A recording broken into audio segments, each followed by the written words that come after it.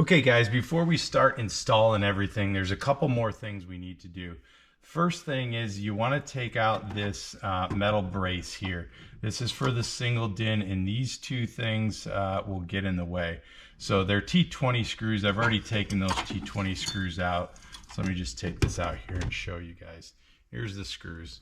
So one of two things you can do here.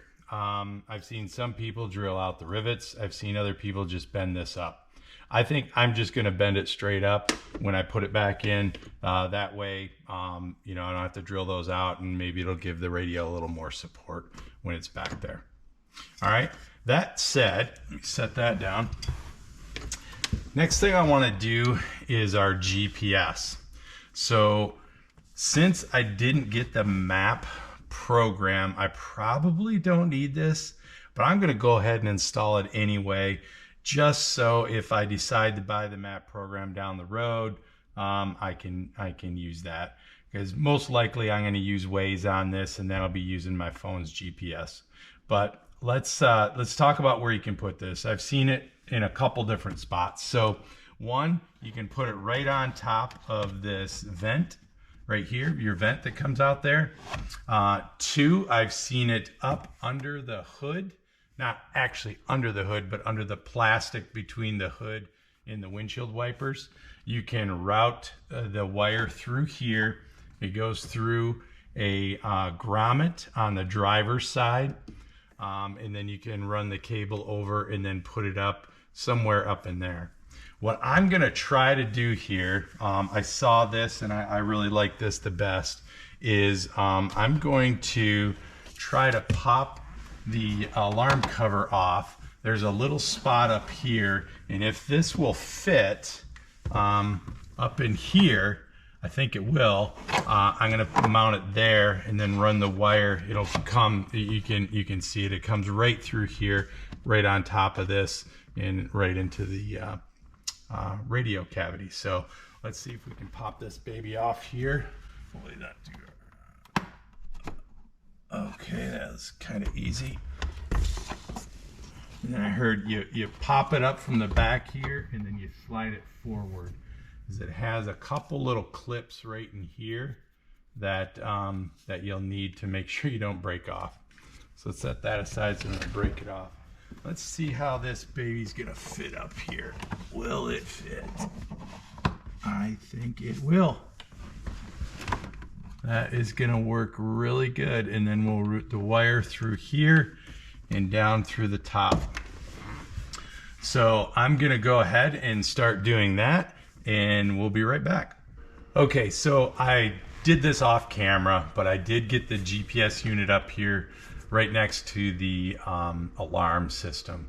So to do that, what I had to do is take out two T20 screws for the alarm system here, and it does not move out until you pull up one of these, either side really, of your dash vent. Now I did pull it up, and I did not take it completely out, because to take it completely out you have to take out the A-pillar, but I was able to. It's just snapped in. Just pull it up. It gave me enough room to manipulate this. I got the wire fed through underneath the alarm unit, and it comes on top of the vent here, and then this is all my cable for the GPS. Now I did read and was told that you should not have your GPS cord spooled up in a circle. You should have it longwise like this. The main reason is because if it's in a circle, it's continually cycling, I guess, and in this way it's going back and forth. I'm just going to trust that that's the right way to do it. And I'll be honest with you, it's going to fit a lot nicer right up underneath here, which we'll put it up there right now. This is really just going above the vent, between the vent and the dashboard. There's a little bit of space there, so we'll put that there. And now we have our GPS cord here. Now, one thing that I've been having a problem with is getting this back on and have it to fit flat.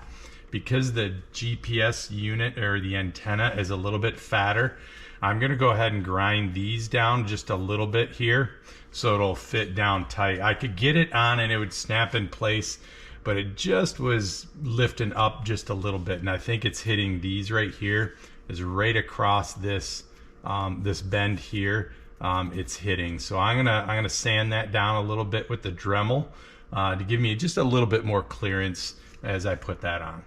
But before we do that, one of the things I had mentioned before with this brace, these used to go flat like that for the single din, and I did bend it up. This one, when I bent it up, it broke off. But I'm gonna go ahead and put this back in now. Again, 2 of your T20 Torx bits. So let's go ahead and put that in before we forget and get halfway through the install with everything in there. And you can't put this in backwards because it's got a alignment peg there. All right, that back in. Let's go ahead and I'll grind this down, and then I'll come back after we get it back put back on.